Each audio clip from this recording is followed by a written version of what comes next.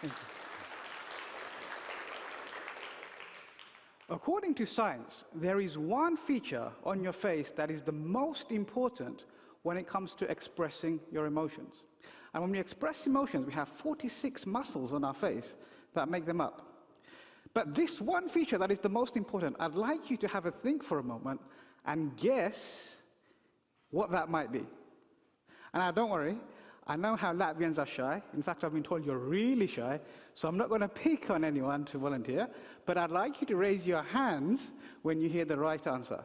In fact, I heard that you guys are so shy that after the 2-meter mandatory COVID lockdown, you guys have now gone back to your 5-meter distances, and I can see that's true.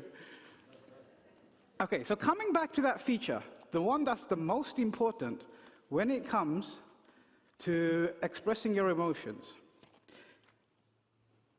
If you think that's your nose, raise your hands. If you think it might be your eyes, raise your hands. And if you think it's actually your lips, raise your hands. And if, no matter what I say, you're not going to raise your hands today, raise both your hands. All right, great. Well, actually, according to a university in Canada, the University of Lethbridge, none of those are the right answer. According to their recent study, it's in fact your eyebrows that is the most important when it comes to expressing emotional expressions. Now that brings us onto facial recognition. And Ivo and Victoria have done a great job introducing the topic. I'm going to go into it in a little bit more detail. And in fact, what I want to do is make sure that we all leave here today understanding how this disruptive and innovative technology actually works. So I'm going to make that easy peasy, and we're going to loop around to the end to answer the question where you started off at the beginning. So I'm going to have a look at what is facial recognition. How does it actually work? How is it used? Is it reliable? And are our facial expressions actually universal? But before I do that, you're probably wondering, who is this chap that's come on stage and get all of us Latvians are able to participate? So let me tell you a little bit. My name is Jamal Ahmed, and I am a global privacy consultant, and I serve clients across 6 continents, including all the way as far as Australia, through to the UK, the Far East. We haven't had the 7th continent yet. I don't think it's been inhabited, so we're waiting for a supervisory authority to take jurisdiction of that. I'm also a government advisor, and the host was very kind enough to explain some of my credentials there. The BBC have dubbed me the king of data protection, and I have a vision. And my vision is that my 6-month-old daughter, Amy, who is waiting for me at home, will grow up in a world where every woman, every man, and every child enjoys their right to privacy and has freedom over their personal information. As a result of some of the great work we've been picked up and asked to commentate on television, on radio, and also in print, and you might have read some of my articles in Euronews and also Thomson Reuters, to name a few. I am the CEO and lead consultant at Kazient Privacy Experts. We are a boutique consultancy firm, and we support medium and large organizations using disruptive and innovative technologies. And my role really is to help them go beyond compliance to inspire trust, cultivate confidence, and ultimately have a greater impact on society. As part of our consultancy, we have a training arm, which is the Privacy Pros Academy. We are an official training partner of the International Association of Privacy Professionals, and I help high-performance privacy professionals, aspiring privacy leaders, and privacy technologists to gain the clarity and confidence they want and need to become certified and help businesses to adopt honest privacy practices, so together we can empower every organization on earth to adopt honest privacy practices so every woman, every man, and every child can now enjoy their personal freedom. And as a gift to the people who can't actually access our services due to time or financial constraints, we have the Privacy Pros podcast. It's been ranked the #1 data privacy career podcast in the world, and I'm looking forward to introducing that to Latvia. It goes out to 137 countries and counting, and we'd love to have you guys listening, and perhaps we'd love to have some of you on the podcast as well. Thanks to the great efforts of my team and I, we've been recognized for a number of awards, and we've picked up a few of those along the way as well. But what is facial recognition? Ivo done a great job of explaining to us about biometric technologies, and facial recognition technology is one of those biometric technologies that helps us to identify individuals by analyzing their physiological or behavioral characteristics.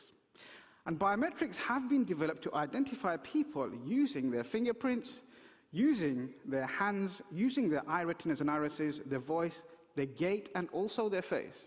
So facial recognition is a technology that's used to identify individuals by analyzing physiological or behavioral characteristics on their face. And there's three types of facial recognition. The first one is facial verification. That's one-to-one matching. So these systems try to determine whether a face matches a single facial template, often saved on a device. Many phones, your laptops, use this verification technology to allow you to log onto your devices more securely. Facial verification can also be used to facilitate secure entry into buildings, to match against a passport at an e-gate crossing, or to prove someone's identity to access some kind of public service online. The second type is facial identification. This is different to verification because instead of doing one-to-one, this does one-to-many. These systems try to determine whether a face matches any facial template in a database of individuals. And these databases can be of any size, sometimes running into millions of images. Facial identification technology was actually previously used by Facebook. And for those of you who opted into face recognition, your phones were set to automatically recognize any photos or videos and ask you whether you want to be tagged in those. Facebook gave people the option to automatically be notified when they appear in these photos, and they provided recommendations for who to tag in your photos when you uploaded them. Facial identification technology is also used by the police and private security to locate people of interest in a crowd. So for example, if there's people walking across the street, the camera can pick somebody up. When you combine that with CCTV, scan the crowds, and then match your face against a known database of suspects or people of interest. And the third type of facial recognition is categorization. This is where you match general characteristics. So facial recognition is used to extract information about an individual's characteristics, which is usually called a face analysis. It's used to profile individuals, which involves characterizing them based on a specific personal characteristic. And these characteristics commonly predict from their facial images their sex, their age, and even their ethnic origin. Categorization means that the technology is used to extract the characteristics of the individuals which do not necessarily allow for identification.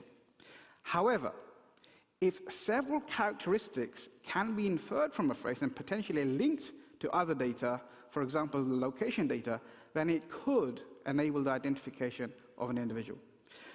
Facial recognition technology can also be used to infer emotions, such as anger, fear, or happiness, and also detect whether you're lying or telling the truth. So how does it actually work? There's 4 basic components to facial recognition technology. Number 1 is you need a camera to capture the image. Then you need an algorithm to create a face print, sometimes called a facial template. You then need a database of stored images. And finally, you need an algorithm to compare the captured image to the database of images on a single image on the database. And there's 4 stages to this process. Step number 1 is the development. Now, most facial recognition software has 2 key functions. Number 1, to identify the presence of a human face in an image, and number 2, to map their key features within that face, which allows the comparison to be made.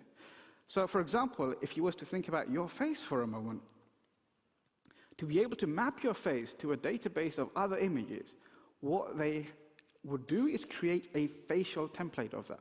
And they would identify about 300 different points on your face and try and see how that differs from everyone else. And it should find that there is a unique pattern. So the things it will pick up on is how deep are your eye sockets? What is the distance from one eyebrow to another eyebrow? What is the different distance between one pupil to another pupil? How deep are your lips? How much do they stick out? What is the distance from the bottom of your lip to the bottom of your chin? There's about 300 different data points that they can identify to help them get this a little bit more correct. And this includes defined rules, so patterns of light and dark around a person's eyes and nose, and from training on a large number of other facial images. So the first stage is we need to develop the software, and we need to train the software so that it can actually make some kind of predictions. And then a finished facial recognition technology system can recognize similarities between faces, even if they are viewed in different conditions. But training facial recognition technology algorithms can sometimes require millions of labeled images and a lot of calculation time. And therefore, what you'll find is that most organizations actually don't bother with the development. They will actually go to a ready-made solution, rely on software as a service, using trained facial recognition technology that will have a pre-trained algorithm that is sufficient for them to be able to do the task. The second stage is deployment. Once you've developed your facial recognition technology, or once you found a solution, you can deploy it in a real-world setting to verify or identify individuals as they feature in any new image data, either in the form of digital photos or even video footage. And that can also be live, or it could be recorded. Once deployed, your facial recognition technology process involves detecting a face when it's present, and then cropping this segment of the image to remove as much background noise as possible to improve the accuracy of the picture. Then the facial recognition technology software will analyze the face, create an array of numbers, also known as the template, that represents its features and their position in relation to one another. With facial verification, the finished template is then compared with the template that's generated from another facial image, which is often stored on your phone or your device, or some instances, if you have a biometric passport, it will reside onto the chip on that. For identification, that template is then compared with all the templates in the database to find the closest matches. The third stage is the result. This is where the system will present its result to you. And given that no facial recognition technology is completely accurate, it's actually up to the organization that's deploying the software to determine an acceptable similarity threshold. The lowest score that is counted as a positive match. So sometimes they might get false positives. Wrong identifications can be tolerated, but the threshold can be set relatively low to allow for this. And this is the case people suggested for tags in Facebook photos. If, however, the stakes are high, similarity thresholds should be set at the upper end of the scale. And this is the case when facial recognition technology is used to give secure access to somebody's bank account. And the final stage of the process is the execution, except where you have a fully automated facial recognition software system, for example, those that are used to unlock a mobile phone. Any matches made by the software will be passed on to the human operator. And that human operator can then make the final decision on whether to act on the result or not. So for example, if you have a security guard who is monitoring the systems and a known shoplifter walks in, it will be alerted to them that this person is known as a shoplifter, they match potentially a shoplifter, and then the security guard has to decide whether they will intervene with that potential shoplifter or not. So that brings us on to the next point. Now we know what facial recognition technology is, we know the 4 components to it, and we also know the process. How is it actually used? And we heard Victoria earlier giving us lots of different examples of how it might be used, and I'm just going to build on that. So first of all, it helps us with access control. From personal electronic devices like your phone, your tablet, or your PC, even medical cabinets, it helps us to get into those things. It can help us with physical access to your home, to your office, to industrial facilities, hospitals, schools, anywhere and everywhere there is a need for restricted access. And I know what some of you are thinking, great, it means I don't have to talk to people anymore, I can talk to less people. When you arrive for your appointment, it can actually recognize that you're here, and you no longer have to speak to the checkout person. The next step is security and surveillance. Biometric passports, automated.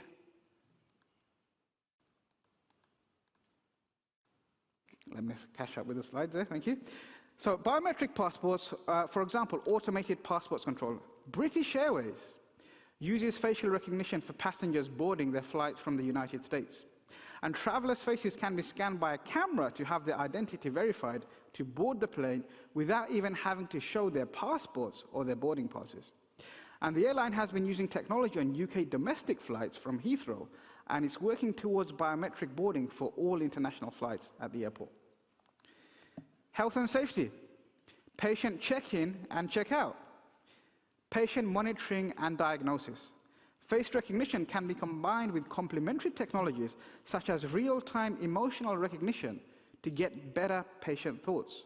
For example, it can be used to detect pain, monitor the patient's health status, or even identify symptoms of some illnesses. Face mask scanning is also available to ensure that access is given only if somebody is wearing a mask. In banking, in financial services, and in financial technology, we could actually use facial recognition to have cardless ATM transactions, opening a bank account, and opening an investment account, or even applying for an insurance policy. Marketing and advertising. Marketers have used facial recognition to enhance personalized customer experiences. For example, frozen pizza brand Di Gionio used facial recognition for a 2017 marketing campaign where it analyzed the expressions of people at their themed parties to gauge people's emotional reactions to pizzas. Imagine you go to your favorite store, and as soon as you get there, they already know all of the things you're interested in, and they create a display just for you. Imagine you go online and you have a completely unique shopping experience that's tailored just for you based on your profile and them recognizing you. Some of you might be thinking, that would be great. Others might be thinking, that makes me a little bit uncomfortable. Wherever you are, it's absolutely fine. Media companies also use facial recognition to test audience reactions to their movie trailers, to characters in their TV pilots, and optimal placement of TV promotions. Billboards that incorporate face recognition technology, such as in London's Piccadilly Circus, means brand can trigger tailored requirements. And McDonald's uses facial recognition in its Japanese restaurants to assess the quality of service provided there, including analyzing whether its employees are smiling whilst assisting their customers. Then we have uses in law enforcement. It can be really helpful to find missing persons. Facial recognition technology can help operators save time by allowing them to compare a reference photo given by the missing child's parents with previous appearances of that face caught on camera. Face recognition can also be used to search video sequences for the child's predicted location at the time of disappearance. And officers will be better able to understand the child's movement before going missing and pinpoint the location where he or she was last seen. And a real-time alert can alarm any time when a match is found. After that, the police can validate its authenticity and take whatever steps are necessary to locate the missing kids. Similarly, it can also be used to track dangerous criminals. Another use for this is time and attendance. So whether it's in the office, whether it's at an industrial facility, whether it's at your hospital or the school, anywhere and everywhere where there is a need for restricted access, facial recognition can actually come in and help us out. When it comes to the automotive industry, it can help recognizing drivers. You no longer have to carry your keys. Your car will automatically unlock as you arrive in front of the door. The technology will replace key to access and start the car and remember drivers' preferences for seat and mirror positions and radio station presets. And there's also other uses for this technology. For example, Google incorporates the technology into Google Photos and uses it to sort pictures and automatically tag them based on people that it recognizes. MAC Makeup uses facial recognition technology in some of its brick-and-mortar stores, allowing customers to virtually try on makeup using in-store augmented realities. Imagine you need to go and pick an outfit, or you need to go and pick a pair of glasses. You can do that using augmented reality by providing them with a snapshot of your face, and you can see exactly what those glasses will look like on you before you have to buy them. So that's a lot of great uses of facial recognition technology. The question, though, is how reliable is facial recognition technology? And the answer is it actually depends. It depends on a number of factors. First of all, we have to take into consideration when you have an image of somebody, it might be completely different to the image you're working with. That could be because there might be a different background. It could be because the lighting conditions are different. One might have been taken where the light was a little bit brighter, another one might have taken where it was a little bit darker or at night time. Then you have to think about the distance from the camera to the person. You have to think about the size of the image and the person in relation to it, and also the orientation of the head. Is it taken full on? Is it taken from the side? When you're comparing these things in real time, you're not always going to have a perfect solution to that.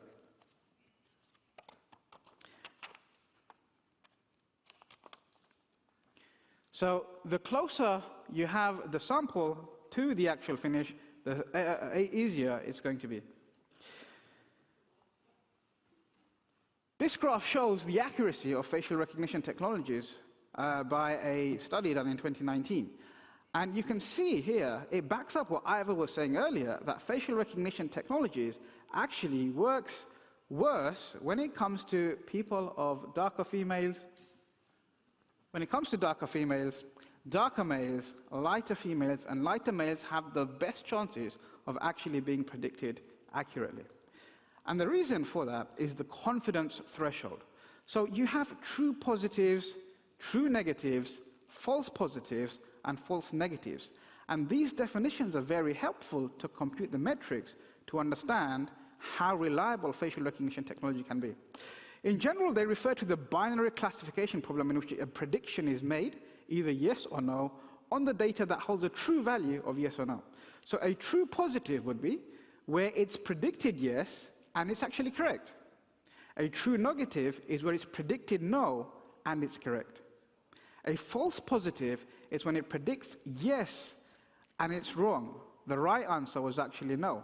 And a false negative is where it predicts no, and the right answer was actually yes. Accuracy is the easiest metric to understand. It's simply the number of correct predictions on a data set. So let's say you have 1,000 images, for example. To compute the accuracy, you just have to take the prediction of each image and then count the proportion of correct answers amongst the whole data set. So let's say you make 970 good predictions out of 1,000. That means your algorithm accuracy is 97%.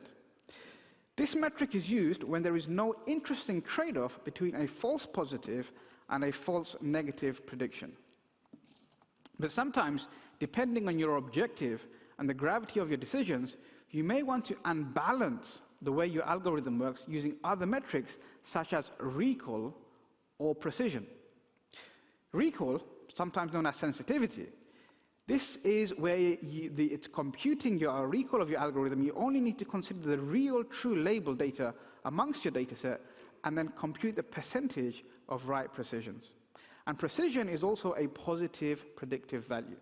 Now, depending on the objective of you deploying the facial recognition software will depend on what your confidence threshold is.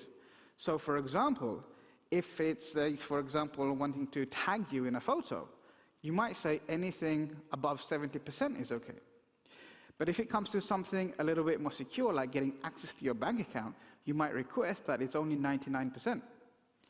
Or if you're looking for a known criminal who is very dangerous, anything above 80% might be worth checking to verify. And anything below that, you might not think about. And that brings us on to the final part. Are facial recognition expressions universal? Or are there cultural differences? Now, Darwin proposed that facial recognitions of emotion are actually universal. But Dr. Ekman He disagreed. And Dr. Ekman said, that can't be right. What the tests have shown is that the people living in Europe and then the North America and the people living in Asia, they've probably just been exposed to the same TV shows, and therefore they use the same emotions. So to prove this theory, he decided he's going to go to a remote island that is completely cut off from civilization, where they've had no TV programs, they're not used to the popular culture, and he's going to see what happens there. So he went all the way to a tribe in Papua New Guinea. And he conducted the experiments, and what he actually found was there are 6 expressions that are universal. These are happiness, fear, sadness, surprise, anger, and disgust. The problem is, though, these do not tell us if somebody's feeling guilty or ashamed or a whole range of the other emotions that we use our 46 muscles for. And that leaves us with the question, is facial recognition good or bad? So we've heard some really great examples of how facial recognition can be used to further our organizations. And we've also heard from Ivor and Victoria about some really bad examples of how facial recognition was deployed for some not so great results.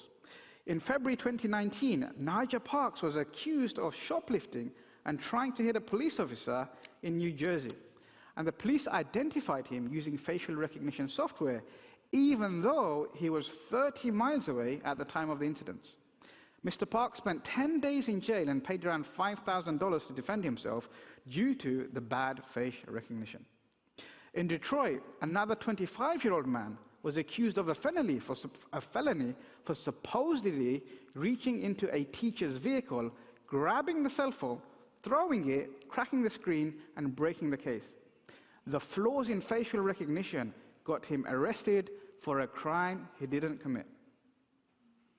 The Iranian government, they're planning to use facial recognition technology on public transport to identify women who are not complying with the strict laws on covering up. And a large chunk of the Iranian population is now in this national biometric data bank, as well as many public services who are becoming dependent on biometric IDs, which raises serious privacy concerns. Victoria earlier spoke about facial recognition use technology in Russia to see if people are supportive of the government's position or not. And in China, we can see facial recognition is being used to commit some of the most horrific offenses against the Uyghur population. So is facial recognition good or bad? And to answer that question, I'd like to use a quote I heard: guns don't kill people, people kill people. So facial recognition technology is neither good nor bad. It's up to you to deploy it in a way that is honest and in a way that is keeping with the freedoms that were guaranteed under the European Convention of Human Rights. The other problem with facial recognition technology is it takes away our anonymity, and it significantly decreases that. So for example, if you have facial recognition technology, like we do in London on all of the CCTV cameras, whenever you go shopping, the authorities are able to identify who you are, where you've been, how long you've been there, how much time you spent there, who you've been there with, and who you haven't been there with.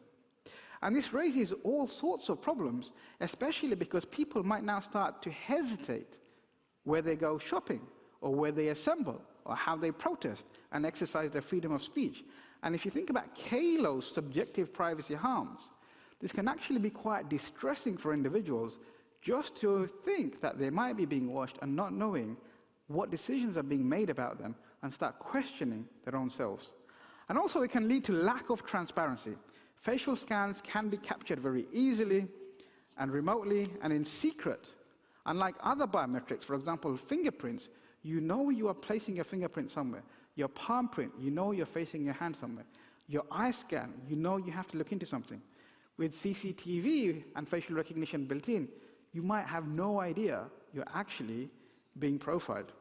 And if you think about the Clearview AI study my friend Ivo spoke us about, they scraped facial data from the online space and they used it for who knows what purposes. And even though they've been asked to delete that information by the Information Commissioner's Office, We have no idea how many people they've shared it with and where those databases lie. And I'd like to leave you with a quote from George Orwell. Until they become conscious, they will never rebel. And until after they have rebelled, they cannot become conscious. So let's come back to the beginning. Must emotion recognition always be considered personal data processing? So first we have to define what is personal data. It's any information that's relating to an identifiable or identified natural person. So based on the uses and the types of facial recognition, we know that if it's used for verification or identification, it will definitely be personal data. And processing is defined as any operation performed on personal data. So even when it comes to characterization, because we are making analysis of that, it will come into scope of the GDPR. Ladies and gentlemen, thank you so much for listening. It's been an absolute pleasure. If you'd like to connect with me, you can find me on LinkedIn. Just search KMJ Ahmed, and I'll be there.